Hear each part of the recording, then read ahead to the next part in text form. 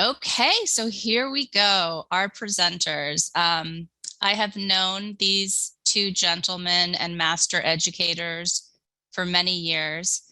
David Sladkey has been a high school math teacher in Illinois for more than 30 years. He's an advocate and developer of engaging learning experiences, especially when it gets the students out of their seats and moving. David was named Teacher of the Year for his school district in 2007, and he was a 2019 Presidential Excellence in Math and Science Teaching awardee. Traveled to Washington, D.C. for that. And he is the author of one of Corwin's best-selling books, Energizing Brain Breaks, and also the author of Energizing Teaching Tools. And his colleague, who is standing right next to him, which is so much fun. We have two presenters in the same room, is Scott Miller, who is the mathematics department chair and a math teacher in Naperville, Illinois. And Scott is the author of more Energizing Brain Breaks. Scott was recently presented with the Lee Yunker Mathematics Leadership Award by the Illinois Council of Teachers of Mathematics. So we are thrilled to have them both here. And I know this is going to be a really fun session. So hopefully you are somewhere where you can jump up and down and move out of your seats if you want. And at this point, I'll turn it over to David and Scott. Oh, thank you so much. Thank you, Jessica. Thanks, Jessica. It was a really nice introduction. Appreciate it. All right. Feel free to drop us a note on Twitter at @dsladkey, and for me at smiller229. Yes. Yeah, and it's going to be hard to monitor the chat because there's so much going on. But I think Olivia, who's helping, and who's running this whole thing. Thanks, Olivia, for doing all that. Yeah. She's going to help us out with that too. Big shout out to her. So, Dave, tell us a little bit about yourself. I have 3 grown children and 4 grandboys. Grandboys, yes. Yeah, you can kind of see them in there, 5, 3, almost 1 and 4 months. So just love family. And I'm also a big bicyclist, as some of you heard earlier when we were talking about with Jessica. Mm-hmm. So, yeah. How about for you, Scott? So I have 3 grown children, no grandchildren yet. And then our family keeps growing as they're finding significant others and getting married. And so just very excited about that. Actually have another wedding coming up next year. Congratulations. So very excited about that. And then I enjoy actually biking with Dave, and I also enjoy running and walking and trying to get moving, even in the classroom. There we go. Yeah. Not jogging in the classroom. No, that's right. So I read this book called Start With Why this summer, and it was awesome because it helped me to start the school year with what is my why. And we kind of agree on this. Mm-hmm. It's to empower people. And this helping students move in the classroom has been so important because it empowers them. And it helps them to get moving, to get their brain clear, to take a rest. Oh man, there's so many different things, but I feel like empowering people is our why. Exactly. And so again, what's been posted in the chat, if you want to get a link to the slideshow that we have going on here, that's been posted there. You can click on that, and feel free to drop us a line. Here's our email accounts, dsladkey@gmail.com, me, smhawkeye@gmail.com. We'd love to hear from you, and love to give any type of encouragement to you long after this webinar is over. And, take a quick picture if you need to, but that link there is to our presentation. So we'll do that later too, or somebody could put in the chat too. All right, so learning just isn't something that happens in terms of our brain, in terms of from the neck up, but it's actually from the feet up. So that's Mike Kuzala, who's also someone who's really into movement and learning. And we really feel this embodies what we're presenting to you this evening, or for some of you this afternoon or late at night. Is that a pun? Embodies? Embodies, full yes. body. Yes, that's right. That's right. So I'm the youngest of 5 children, and Scott? I am the next to youngest of 5 children, the youngest boy. I don't think that fashion is ever going to come back in. You never know. And I just want to show a picture of some of my siblings in terms of what we look a little bit more like now. But with that, in terms of us being young and having a lot of older siblings, we were told some different things. Yeah, we were told this. Here you go. Grow up and get it yourself. That's right. Yes. My siblings will always laugh at this, but they had to tell me because I was just sitting there ready to tell them how to help me out. And I got this a lot. Grow up and get it yourself. Could I have some ice cream? Grow up and get it yourself. So for me, since I had 3 older brothers and I wasn't the youngest child, I wasn't as vocal. It was just the look that it was like I knew I had to go get up, grow up and get it yourself. But this is an important idea: is to be a participant instead of just sitting there or passive in what's going on. Yeah, passive. Right. Yeah. So I think it's been a lifelong message for me. So what we hope that you grab out of our time that we have together is that you'll explore ways to implement movement in the classroom, and that you'll grab onto something that we talk about or be encouraged or I'd say challenged to try some of these things in the classroom. Yeah. So first of all, Peter loves your dog. Yes. So I would say probably what we're starting with is actually some of the more recent things that we're doing in the classroom. And Peter's book on building thinking classrooms in mathematics, 14 practices for enhancing learning. He's also a Corwin author, but within that book, it's actually the first 3 are enough to be just dangerous. I mean, to do wonderful things in the classroom with students. And I don't think it's necessarily just math. So no, I know there's not all math teachers, and I know not everybody thinks math is the most important. But yeah, I think this has been a game changer for us. This last year is when we started this. Yeah, but it hits on a lot of strategies that a lot of us have been using in the classroom, but synthesizes and puts them together. And so a big one then is to work within groups of 3. So when 2 is too little and 4 is too much, what Peter found from his research is that 3 is really that ideal number because it's not where sort of 2 people are taking charge and 2 are left out, or 3 are taking charge and 1's left out, or 2 where 1's taking over 3, and ends up being sort of this process of where students are working together. So that's one. Yeah, and for years I was doing partner work, and there was the trouble of just, the logistics of 1 being too dominant or too meek. And so, yeah, a 3 has just been a perfect zone. And it's visibly random groups then too, in terms of meaning we're using this from a group of 3. And we'll get to that with the next slide, because we think you should invest in a deck of cards.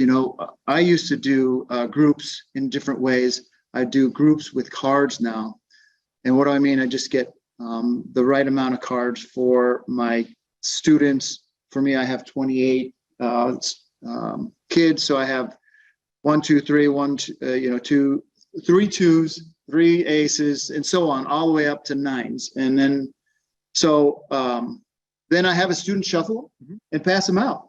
And then they just go to their spots. It's just really quick now. I mean, at first it was a little awkward, but at the beginning of the year here, you get these routines down and go. And so that means we're already getting a movement strategy in terms of they're going to a place where we've just written up on the wall or on a whiteboard or on a window of where aces, 2s, 3s, 4s, and so on and so forth go in the classroom. So already movement strategy in that aspect. And our kids always come in and sit at the regular spot, and then they move 10 minutes into class. And so to encourage in terms of real estate use for this aspect is we use all sorts of different things. For example, whether it's a whiteboard, a wall, paper that's been put up, windows, anything that can be in terms of a vertical space to write on. Yeah, that's right. So we have to tell the kids to pass the pen, and there's only 1 pen per group, and so what happens is then the thinking gets to change, and so 1 person isn't dominating. You have advisors, and they can then be kind of guiding the thinking. And I appreciate the question that's asked there by Jennifer. Do the students try to trade cards? No, they don't. In other words, we say that up front. The other thing is because we're changing this often, meaning on another day that we're using building thinking classroom strategies, they're in another random group. And so that changes the dynamic of not feeling like, well, I'm stuck in this group and I can never get out of it. But also in terms of what we love about Peter's research is students know, even though you are setting them up in groups and say that they're random, they know that they're not random. And these are truly random because students are the ones that are passing the cards out. Sometimes the students don't shuffle too well. Yes, that's true. You get all kinds of complaints. I say, well, it's not me. It's, it's your classmate. And part of the reason why this works in terms of this movement piece of students being up and vertically standing. And so the thinking isn't where what tends to happen, students sitting at their desks for too long of a period of time, the blood actually pools down in your posterior region. And so this is a way that creates blood flow up to the brain. And then they're also standing around, moving, and then also by writing, it creates then more blood flow up to the thinking process then also. And so to do that, then we have short questions that we offer. Then each person has a pen for part of a problem. And then we also look at it from the aspect of how we pace them too. But Scott, the problems we actually ask are a little harder than the typical because there's three thinking. Yes. And they have the option to look at other groups and see what they're doing, and we encourage that. Exactly. So it has been magical. That's the word we like. Magical when the students get up out of their seats, they're up at the board. It's like they can make mistakes and it's fine. They can just erase. Just the atmosphere of safety is a game changer. So, Julia, the question you asked about, does the pen passing mean the students take over the leader role? I would say it's more of just shared responsibility so that the dialogue continues. It isn't stuck with one person. And it also encourages communication then in terms of a student who's writing, explaining to another student in terms of what their thinking is and the writing that they have. The other piece of why this process that we do this is because now in terms of when we have this on individual student desks, as opposed to looking at say 9 or 10 groups of students, I'm now looking at thinking of all of the class and around and sort of looking at it from a 360 degree view. For sure. Instead of just looking now of how do I keep track of 30 different students and what they're working with. Yeah, and you get the group sense right away instead of having to walk around. But keep on. You might have to ask us questions later because we have so much to think about. Oh yeah, just a couple things that we've learned the hard way last year. 1 pen per group. Yes. Because kids love to write and they're doodling and all, and that's okay. But we wanted just 1 per group. And also to encourage groups that we actually typically answer questions with another question and encourage students to go look at another group. And that. Not cheating, it's encouraging collaboration and discussion. And even taking a picture. We encourage them to take a picture with the phone. So you might say, okay, why and when do you like to do a break during class, a brain break? This is important. It is. I mean, why, just in general, when do you like to take a break? And man, I think that question drives a lot for what we do. Kids need and want to take breaks, but they're restricted. They can't. We as teachers, we forget. We can just go walk around. They can't. They're locked in their desks. They could ask to go to the washroom or whatever, but that's a huge question. I love what you said. Why and when do you like to take a break? So a lot of it is based on in terms of research of how long can a student sort of stay focused on something that they're working on, and sort of that attention span piece that keep even that in mind of when we're going to do a brain break. So in other words, like sort of our top 10 reasons of how brain breaks will help you. They get us up and get moving.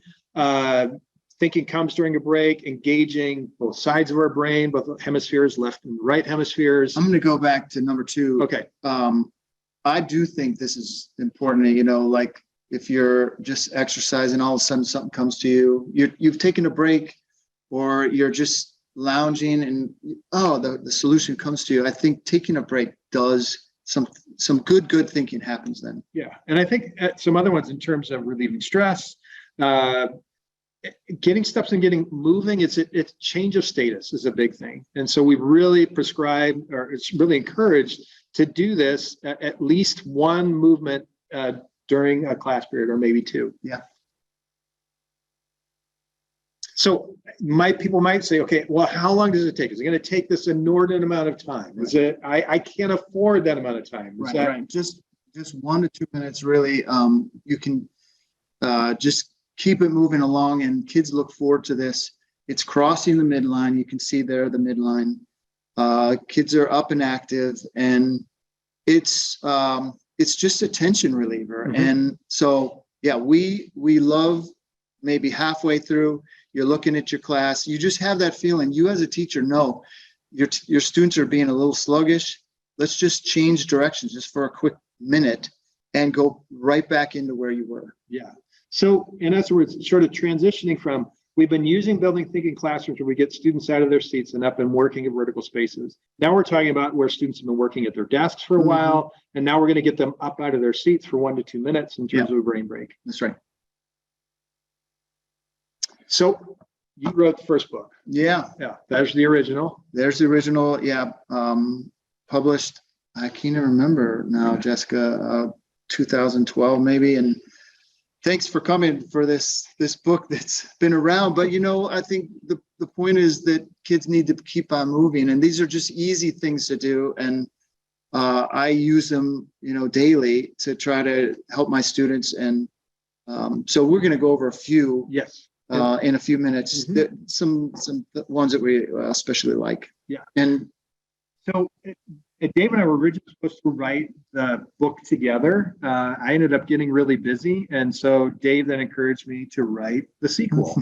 And so another 50 energizing brain breaks that build off of what we have. And within the book, then there are brain breaks that are individual. Then there's ones that are with partners, and the ones that are with small groups. Mm-hmm. And it's small, it's a flip book. Mm-hmm. You could just spin and you look at any number of them real quickly. I think that's the point, that you just pull it off the shelf if know that you need a quick brain break, and you can scan it. Mm-hmm. So some examples of why we do this is because sort of this primacy and recency. Yeah. I learned this from Jim Quick. I'm reading this book called Limitless. And he talks about how you remember things when it was first given, or the very last thing that was given. The middle stuff is not always remembered.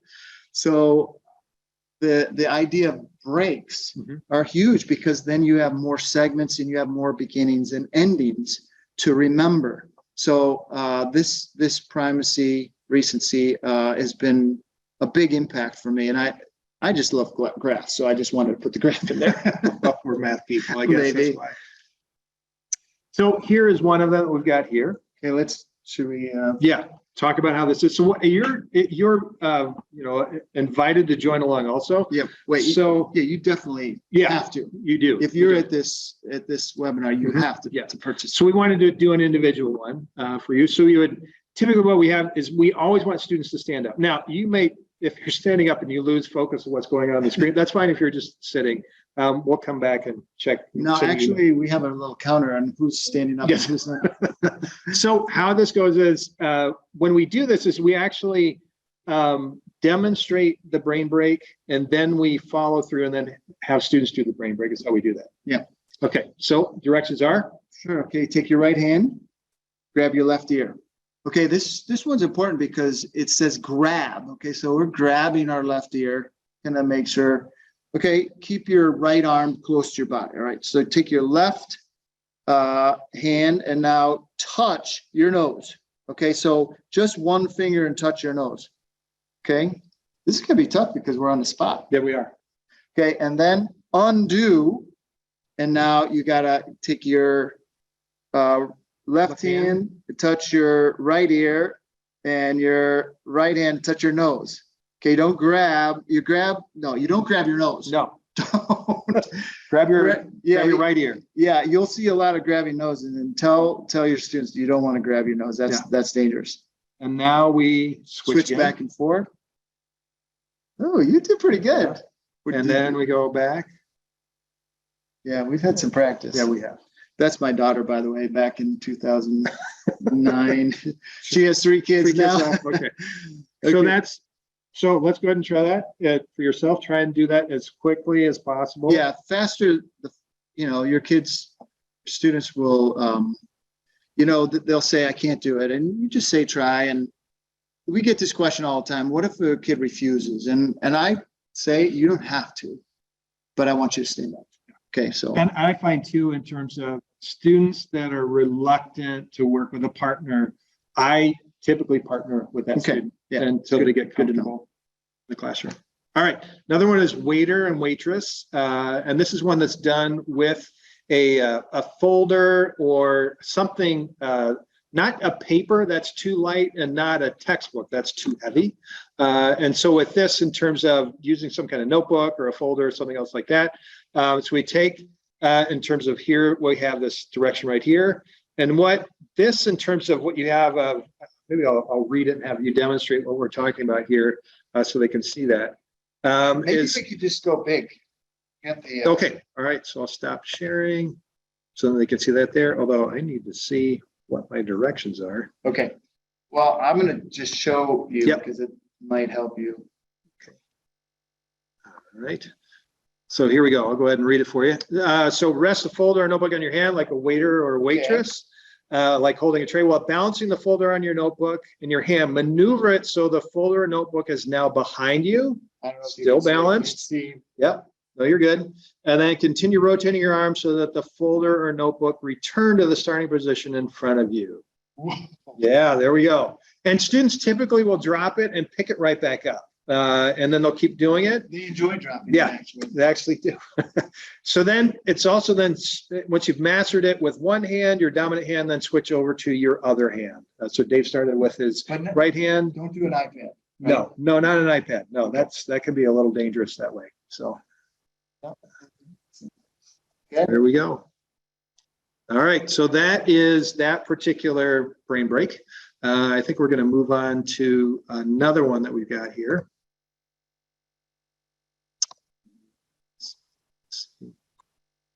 We're going back to our presentation. Yep, there we go. Okay. All right. And then here's another one that we're going to demonstrate for you as a partner brain break. And so this one is say 21 and win. And so again, one of the ways that we do this in terms of stand up and find a partner, if you already have your students sitting in pairs, they can already work that way. But you decide who is person A and who is person B. So Dave and I do some things like saying who's closest to the wall or closest to the window, or compare who has the longer pinky. Is then another way to start with it. Just some things like that. So the goal of this is to be the first person to say the number 21. You alternate by saying and counting consecutive at 1 until someone says 21.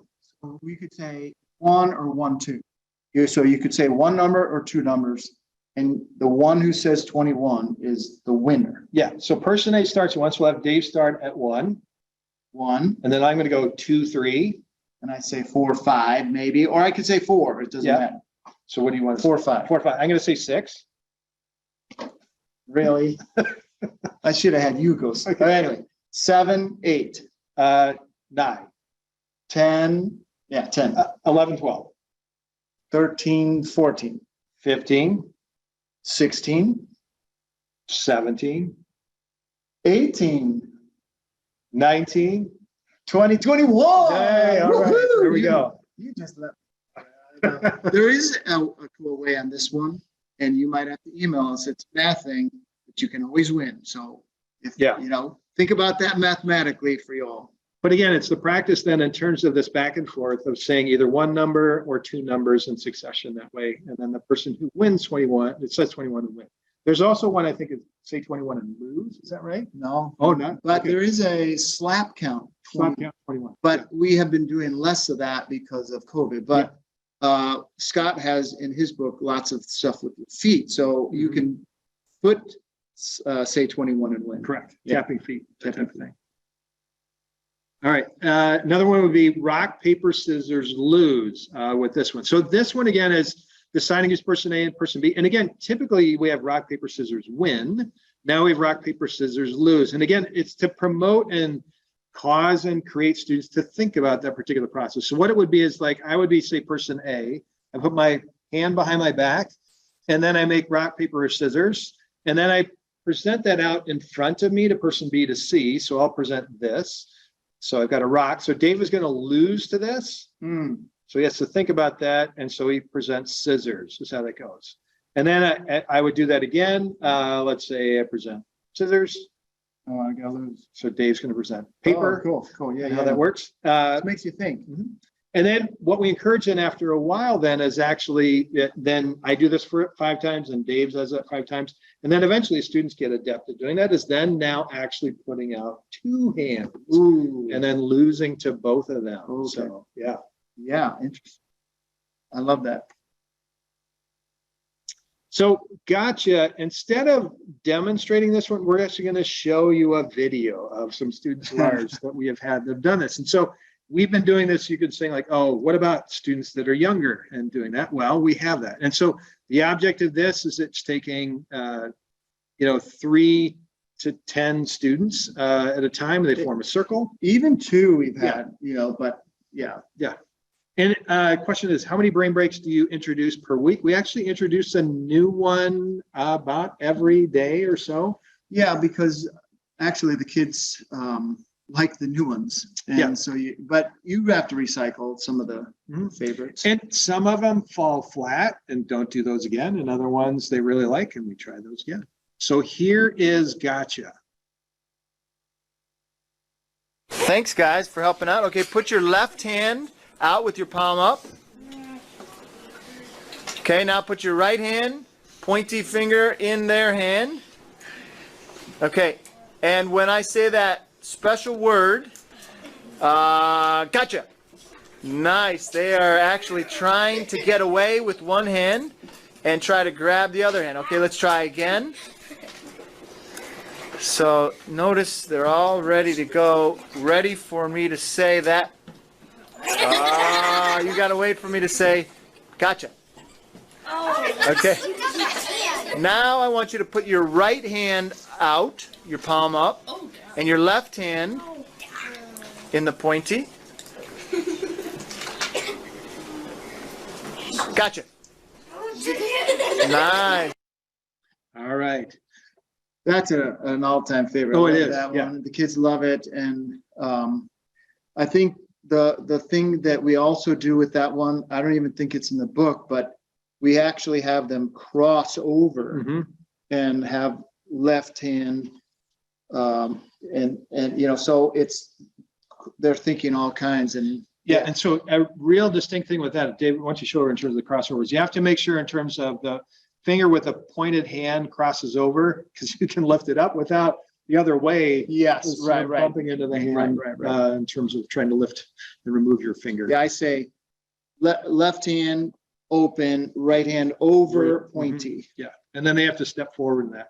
Now, it is interesting. We have made videos for the first 50, and those are on in the resources that Corwin has. We'll give you that link in a second, so get ready.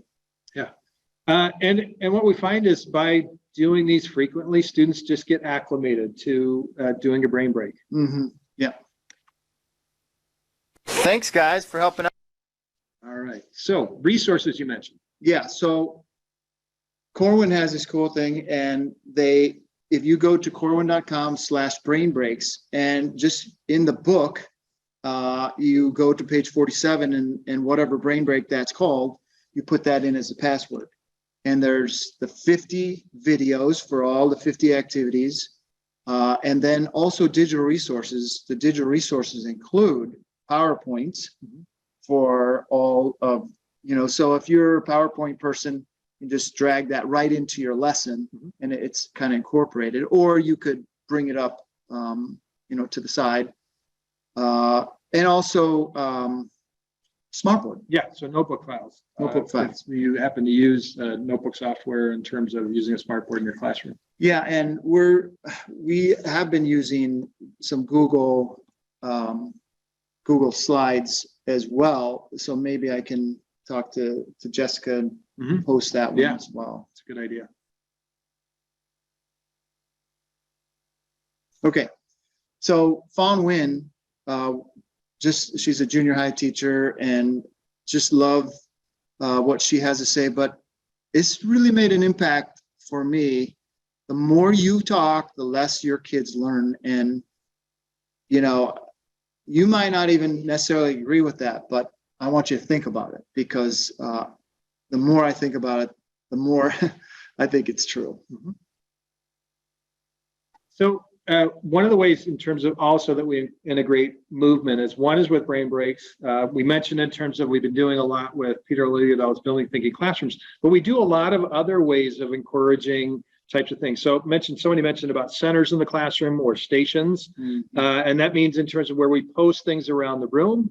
So students then are working in pairs or in small groups, moving around to different stations. Sometimes we have it where the direction is to move to a different place across the room, or sometimes moving clockwise or counterclockwise. But again, it's that aspect of they're getting up, moving, and working around with their feet. And now, I do think an important thing that I have to remember about this is that when you put a problem in a certain part of the room, and you can refer to that problem, this is the problem that was here.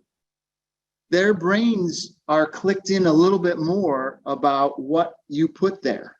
You know, it's a location, and their brains are pulled to that location. I just think if you're sitting always in your desk and you have your paper, there's no differentiation with your memory of it. But if it's up in the wall where they walked up to and did the problem there, do you remember this one was that tricky one where, you know, yada, yada, yada. So the location part of your brain is impacted with the place. You wanna, So, yeah. Okay.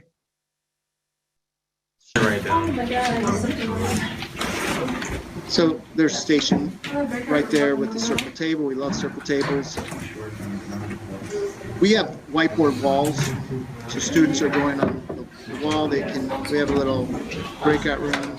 They can do that.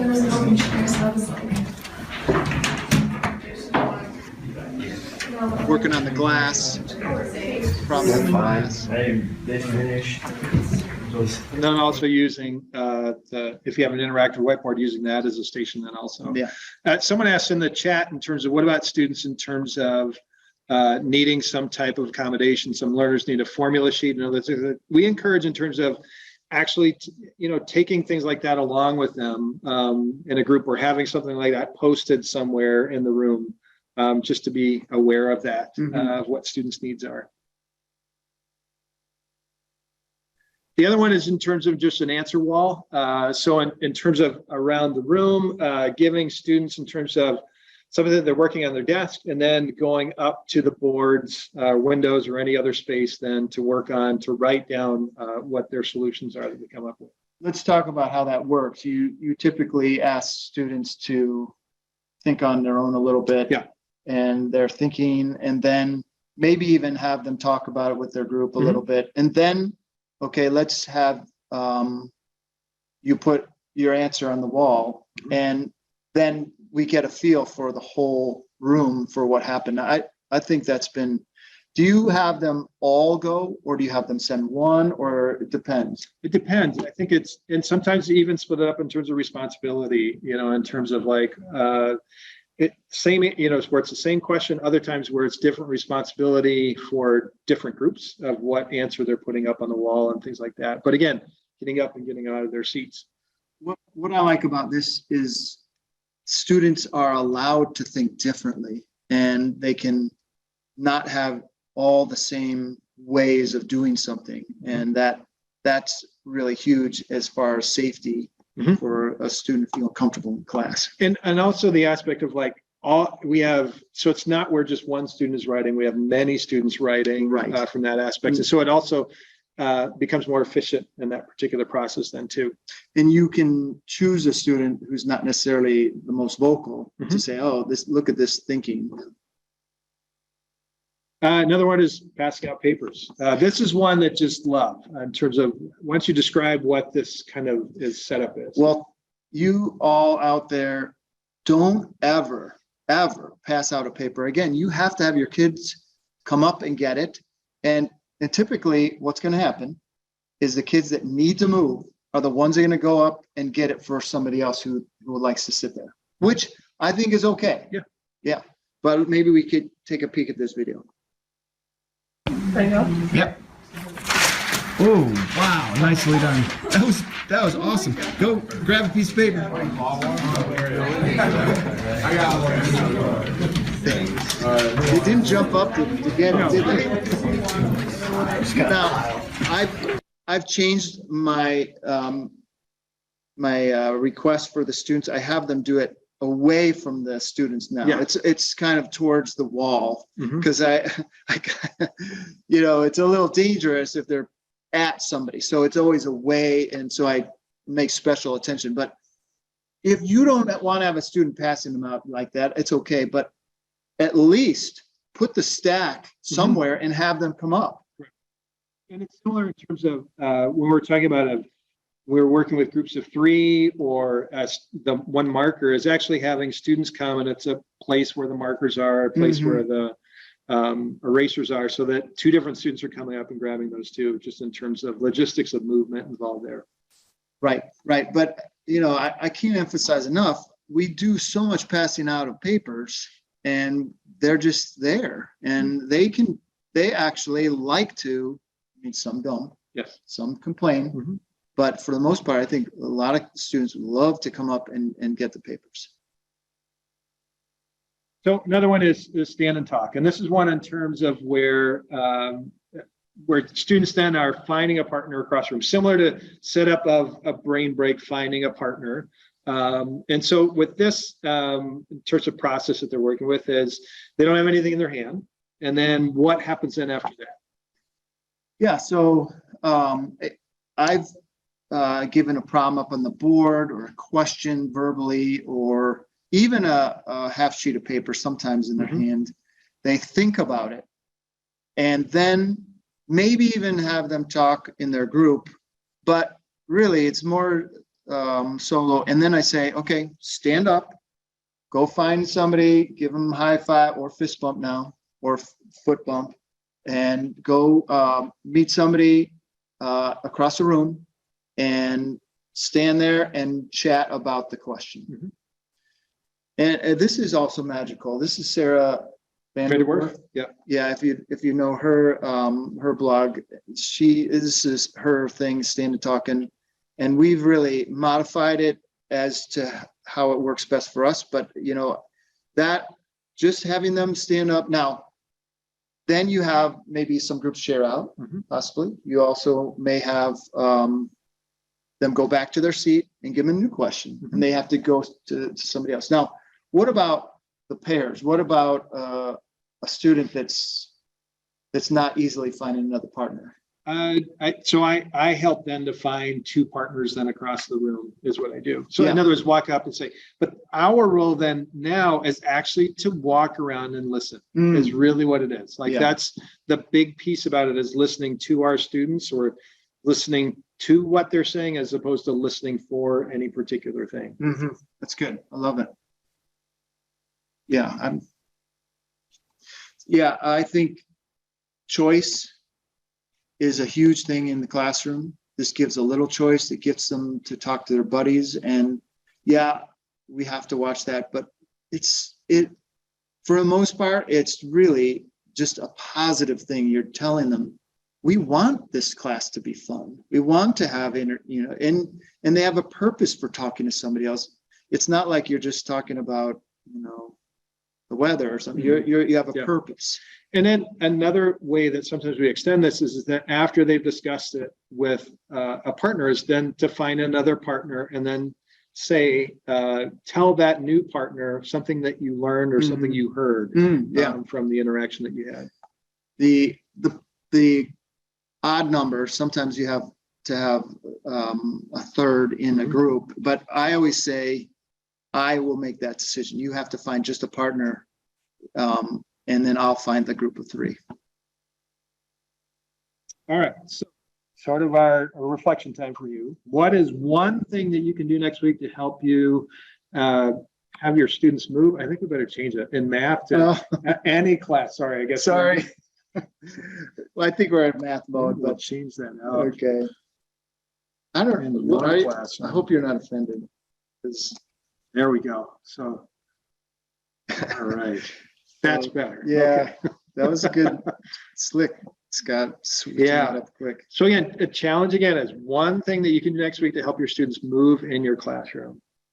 Yeah, and maybe even put it in the chat to help Yeah. us out figuring out where you're zeroing in on.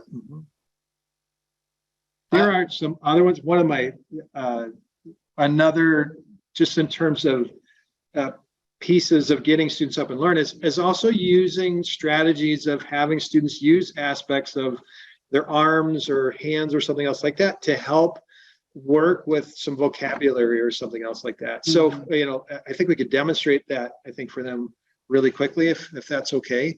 So I'm just going to demonstrate it. Dave, we have in our geometry class where we're working with, parallel lines, Yeah, right? parallel lines. Yeah. And then where we're then cutting it, or intersecting lines that we have. Yeah. And then having a student point to a particular set of pairs of angles, such as vertical angles or a linear pair or other things like that. So it's just trying to also get kinesthetic in terms of the learning process of what people are doing and what they're understanding and what they're working through.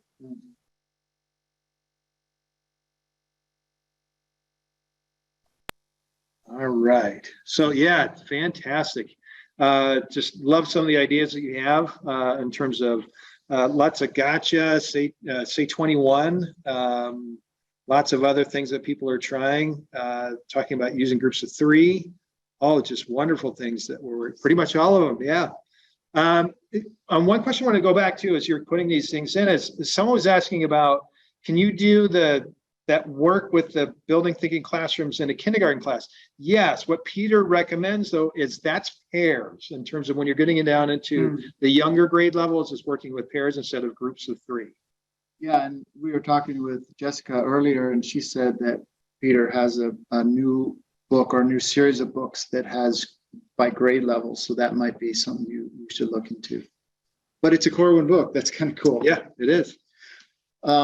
Yeah, I think these things are so, you can think, if you put yourself in the mind of a student, just tomorrow, look at how their perspective is, put yourself in their seat, sitting there, and they have, the whole day in front of them. Just think about how you can help them just a little bit in your class, or if you have them all day, they can get them up just a little bit more, and just 1 or 2 things will make a big difference. And then one of the resources in the books is also about re-engagement strategies, because you might say it gets really loud during a brain break. And It does. It's awesome.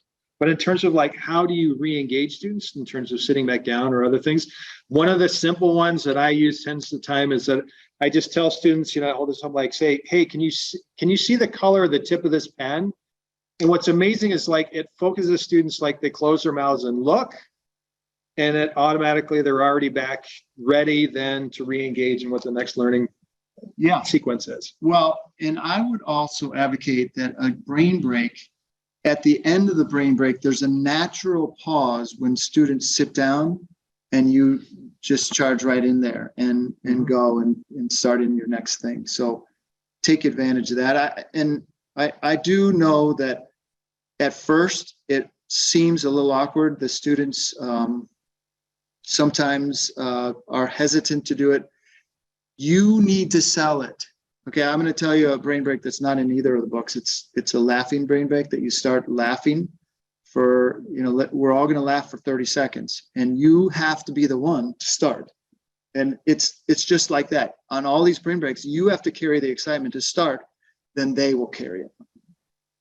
And then typically with partner brain breaks, we'll have 2 students come up and demonstrate the brain break before we go and do it. We find that's much better than just reading, but it's actually reading and then demonstrating what the action is before students start doing the brain break. Yeah. So they're sitting for a little bit and then they all get up and do the brain break. Yeah, and even if it's an individual, you can have 2 people get up and they're both doing that. Like, thumb and pinky, they could both be doing it and showing the rest of the class. Yeah. Yes, prompt in terms of having students return. And one of them I just use is just return back to your seat. Yeah. And that's the prompt that I use, and it works quite well. Now we have high schoolers. So. We do, yes. So I've heard of some teachers use in terms of they, just flip the light switch off. That's one. Another one, they use a chime or something else like that. So. Yeah, I admire you all elementary teachers. I wish I could be in your shoes and check all those things out, but yeah, we have a little easier time with the older ones. Although maybe you could put in the chat box some strategies you all have, because you know it better than us. Yeah, well, and I would say sometimes I think the elementary students are more excited about these, whereas our students tend to be a little more reluctant to get involved in them. I was going to say one more thing about you can ask your principal to shadow a student for a day, and you'll get the feel for what a student goes through every single day. That I've done that a couple times, and it's better professional development than anything I've done. Just sit there with the student all day long. Email me about it if you want more info.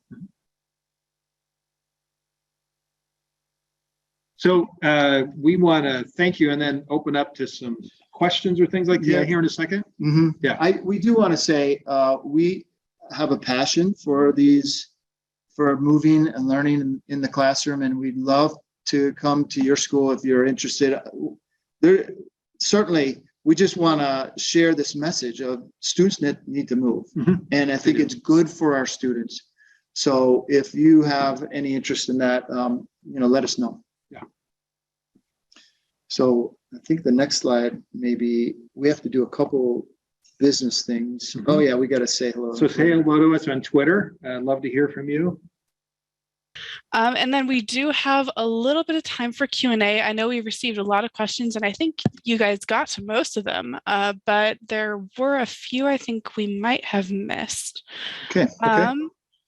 So I think Holly asked, how does this work for inclusion classes with students who have IEPs?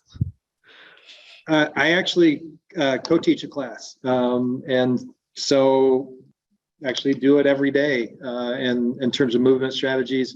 And some in terms of modifications, if I have a student who's in a wheelchair, and so then we end up using our hands a lot more in terms of strategies of that. And then also discuss, comfort level and things like that.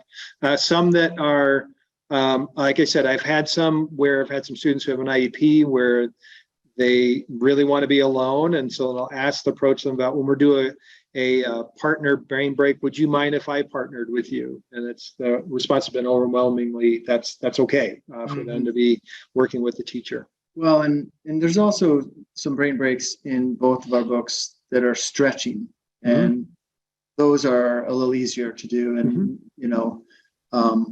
I'm thinking of Twisted you're twisting different things and, do the best you can, and as it usually is. So, yeah, great question. All right. And then Michaela asked, what does the research say about how long kids at different ages can focus? So typically it's around the number of years old that they are. So you, as the kindergarten teachers, know that you're really looking at, a time frame of capturing their attention of, anywhere from like 6 to 8 minutes or so before you have to change something. When you're getting into high school, we're trying to stretch it just of doing one brain break.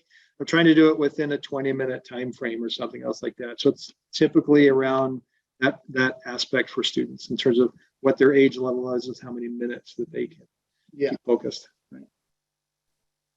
All right. And then I think the last one, it's actually more of a demonstration, but could you show us how the moose and peacock works? The moose and peacock. Okay. Yeah. So I'm going to show you that in terms of it's what the person says. So I'm going to go ahead and stop sharing here.